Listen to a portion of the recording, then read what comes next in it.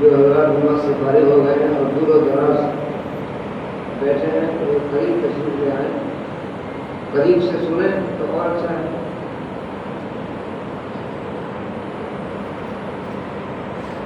अल्हम्दुलिल्लाह अल्हम्दुलिल्लाहिल्लज़ी हदाना सवाअत तरीक़ व जअल लना तौफ़ीक़ ख़ैर रफ़ीक़ वस्सलातु वस्सलामु अला मन अरसलहु हुदन व बिल-इहतिदाइ हक़ीक़ व नूरन बिल-इक़्तिदाइ यलीक़ व अला आलिहि व अस्हाबिहि अल्लज़ीना सइदू फ़ी मनाहिज सिद्क़ बित-तस्दीक़ व सइदू फ़ी मआरिज अल-हक़्क़ बित-तहक़ीक़। अम्मा बाद फ़अऊज़ु बिल्लाहि मिनश शैतानिर रजीम बिस्मिल्लाहिर रहमानिर रहीम। क़ाल अल्लाहु तबारक व तआला फ़ी कलामिहिल मजीद वल फ़ुरक़ानिल हमीद।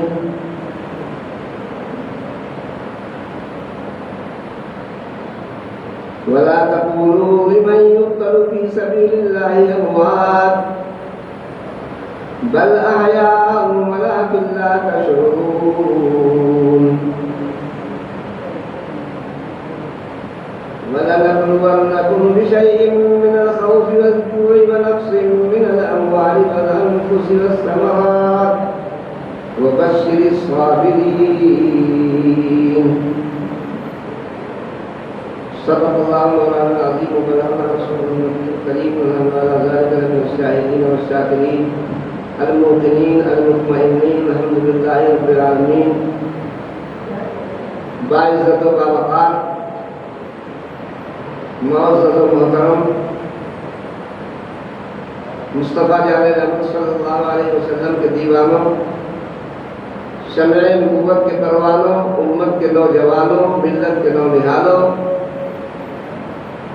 आइए हस्बे दस्तूर हम और आप सब मिलकर सबसे पहले हमारे और आपके सारी कायनात के आका मौला रहमतुल लिल आलमीन शफीउल मुज़निबीन अनीसुल गरीबीन मुज़म्मिल व मुद्दस्सिर ताहा व यासीन इमामुल अंबिया रईसुल अत्क़िया नय्यर ताबा महल दरख्शा अनीस बेकसा सय्याह ला मकाम हादी सुजा मालिक कौनो मकाम महबूब सुबहानी नूर इस्लामी आलिम उलूम रब्बानी वाक़िफ़ असरार पिनहानी रब के महबूब गुलशन नबुव्वत के शगुफ्ता फूल अल्लाह के प्यारे रब के दुलारे हज़रत अब्दुल्लाह के जिगर पारे हज़रत आमिना की गोद के दरख्शिंदा सितारे क़ासिम नेमत मालिक कौसर ख़त्मुल रसूल हादी सुबुल बेकसों के कस बेबसों के बस बेयारों के यार बेमददगारों के मददगार गरीबों की बिगड़ी बनाने वाले डूबती नैया दिलाने वाले रब की नेमतें खिलाने वाले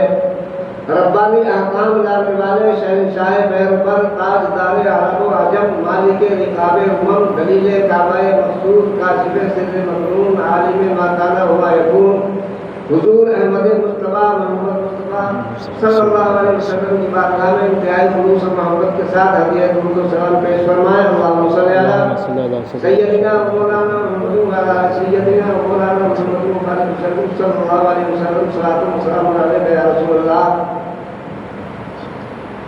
हज़रात, ये मुबारक महीना मुहर्रमुल हराम का महीना है।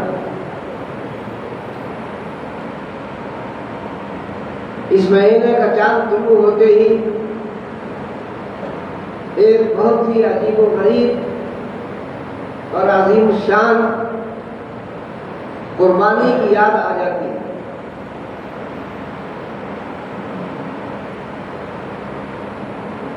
करबला का मैदान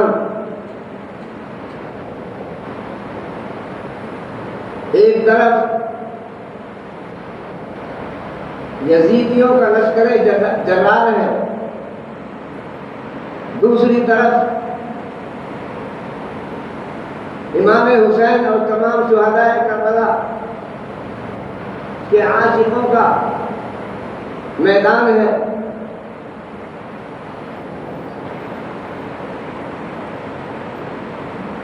अज़ीज़ान मिल्लत इस्लामिया,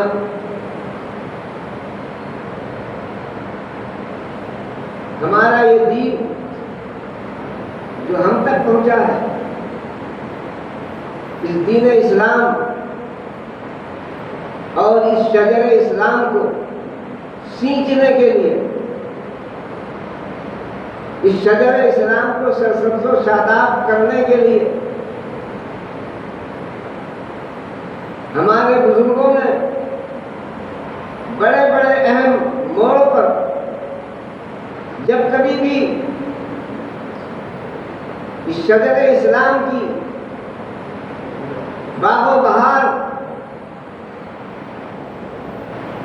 को लूटने के लिए दुश्मनों ने नाकाम कोशिशें की, मगर उनकी हर कोशिश नाकाम ही रही।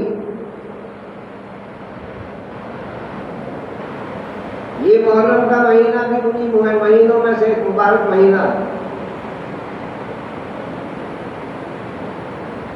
एक तरफ हुसैनी है, हुसैनियों का लश्कर है, दूसरी तरफ यजीदियों का लश्कर है। याद रखो, बज़ाहिर तो हुसैनियों की गर्दनें कटी, खून बहा, बज़ाहिर इस जंग में बाद लोग ये समझते हैं कि यजीद की जीत हुई, हुसैन की हार हुई।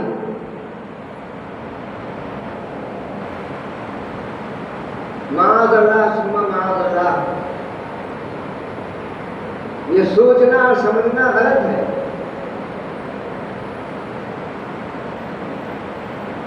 हार और जीत का दारो मदार अपने मकसद पर है। जब दो लश्कर, दो जमातें आपस में मुठभेड़ के लिए आती हैं तो हर एक का अपना अपना एक मकसद होता है, मगर जंग में वो जीतता है जिसका मकसद पूरा हो जाए, चाहे उसके लश्कर के कितने ही खून की नदियां बह जाएं, लेकिन खून की नदियां बहने के बावजूद अगर वो अपने मकसद में कामयाब नहीं तो समझिए कि जंग में जीत उसकी नहीं बल्कि उसकी हार है। जीत उसी की होती है जो अपने मकसद में कामयाब हो जाए। इसलिए करबला की इस जंग में जो यजीदियों और हुसैनियों के दरमियान हुई थी,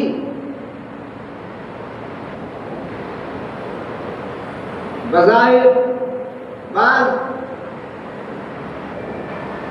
ना समझ लोग ये कहते हैं कि हुसैन की हार हुई है, यजीद की जीत हुई है, मगर हरगिज़ ऐसा नहीं है। हकीकत यही है कि जीत इमाम हुसैन ही की हुई है। यजीद और यजीदियों की हार हुई है, हुसैन और हुसैनियों की जीत हुई है।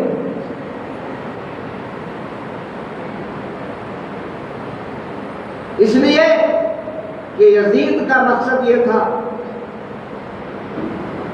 कि हुसैन का हाथ मेरे हाथ में आ जाए। इमाम हुसैन अपना पाक और शाब शफाफ हाथ देकर, मेरे हाथ में हाथ देकर मेरी बैत करना। और इमाम हुसैन का मकसद क्या था? इस करबला की जंग में हुसैन का मकसद ये था और तमाम हुसैनियों का मकसद भी यही था। हुसैन यही चाहते थे कि यजीद के नापाक हाथ में मेरा पाक हाथ नहीं जाना चाहिए, चाहे सर चला जाए मगर यजीद के नापाक हाथ में मेरा हाथ न जाए। इमाम हुसैन रज़ियल्लाहु ताला अन्हु अपने इस मकसद में कामयाब हुए। देखिए इस कदर खून रेजी के बावजूद यजीद ने किस कदर हलचल मचाई, जुल्म और बर्बरियत की आंधियां चलाई, मसाइब को आलाम के तूफान उठाए, लेकिन इसके बावजूद भी वो अपने मकसद में कामयाब न हुआ। उसका मकसद यही था कि हुसैन अपना हाथ मेरे हाथ में देकर बैत कर ले। बैत का मुतालबा, मेरे हाथ में हाथ देकर हुसैन मुझसे बैत कर ले। मगर हुसैन का मकसद ये था कि चाहे मेरा सर चला जाए मगर मेरा पाक हाथ उसके नापाक हाथ में नहीं जाना चाहिए। सरदार नदाद दस्त दर दस्ते यजीद, फारसी में ये शेर किसी बुजुर्ग ने बड़ी अच्छी नक्काशी की है। सरदार नदाद दस्त दर दस्ते यजीद, हक्का के बिनाए ला इलाहा तुझसे। सर दे दिया इमाम हुसैन ने, मगर यजीद के नापाक हाथ में अपना पाक हाथ नहीं दिया। इससे हमें सबक मिलता है। याद रखो अजीजों और दोस्तों, कभी गलत लोगों से दोस्ती नहीं करना, नापाक लोगों से दोस्ती नहीं करना, बदअकीदा लोगों से अपने रिश्तेदार, उनको अपना रिश्तेदार नहीं बनाना, अपने बेटों की शादी उनके यहाँ नहीं करना, बेटियों की शादी उनके यहाँ नहीं करना। जो हुसैन के सदाई हो, हुसैनियों के सदाई हो, औलिया के मानने और चाहने वाले हो, बुजुर्गान दीन के अकीदतमंद हो, ऐसे लोगों से अपने रिश्ते कायम करो। और जो बुजुर्गान दीन के मुखालिफ हैं उनसे कह दो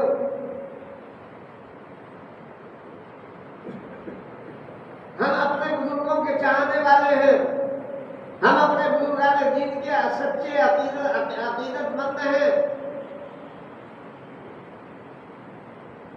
हुसैन की सीरत यही थी, यही सबक पढ़ाकर गए हैं हमें मैदान करबला में।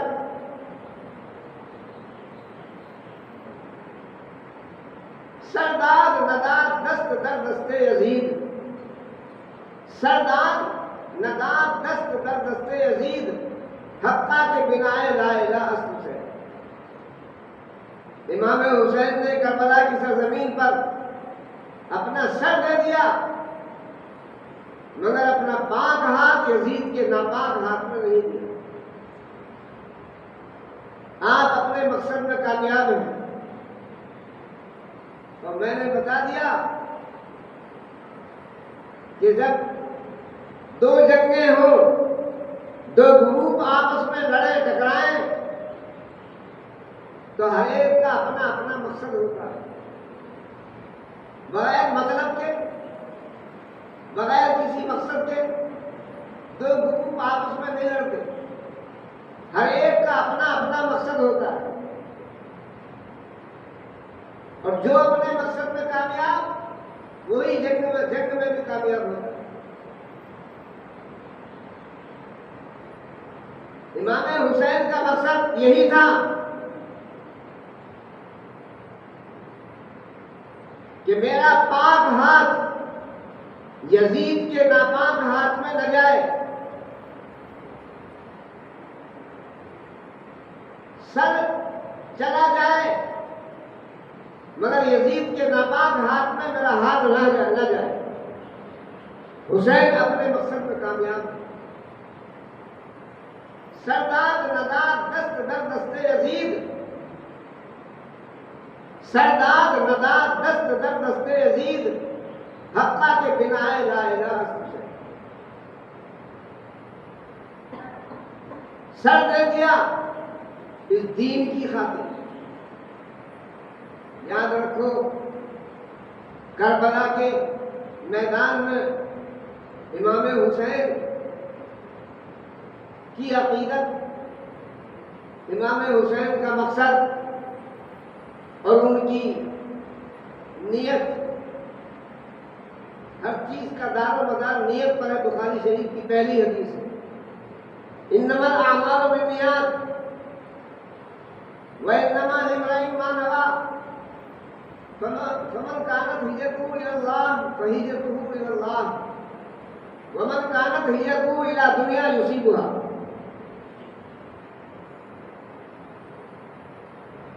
हर एक अपने मकसद में जो कामयाब हुआ वही जीतता है, जो अपने मकसद में कामयाब नहीं हुआ वो हारता है। अज़ीज़ान मिल्लत इस्लामिया, याद रखो इस मुबारक महीने में बाद लोग इमाम हुसैन की इस कुर्बानी का शोक इस अंदाज से मनाते हैं कि ताशे बजाते हैं, ढोल बजाते हैं, उछल कूद करते हैं। मगर याद रखो शरीयत बहुत जरूरी है। किसी भी हालत में शरीयत का दामन नहीं छोड़ना चाहिए। शरीयत असल है, बाकी सारी चीजें फुरुआत हैं। कितनी ही नमाजें पढ़ो, कितने ही रोजे रखो, कितने ही हज करो, कितनी ही ज़कात दो, कितनी ही नेकियां करो, मगर अगर आप शरीयत की डगर से जरा भी हटे तो आपकी नमाजें, आपके रोजे, आपके हज ज़कात, आपकी ये सारी इबादत रायगां है, बेकार है, क़यामत के दिन कुछ काम नहीं है। सारी इबादतें मुंह पर मार दी जाएंगी। अपनी इन सारी इबादतों को अगर कामयाब बनाना चाहते हो तो याद रखो उसी डगर पर चलो